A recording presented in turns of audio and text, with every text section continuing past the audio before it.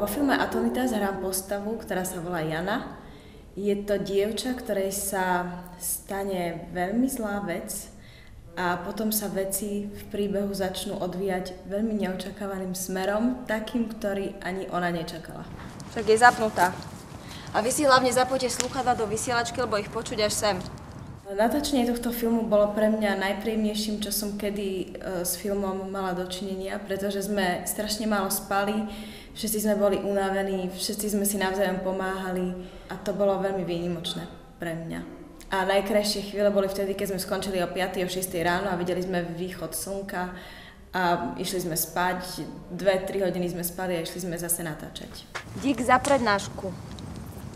Scenár bol perfektný. Myslím, že každý z nás, ktorý si ho prečítal, bol strašne šťastný, že bude môcť hrať v takom filme, teda že bude môcť hrať o niečom a že už vtedy sme cítili to, že ten divák bude prekvapený, keď sa na to bude dívať, lebo je to napísané tak, že je to plné zvratov.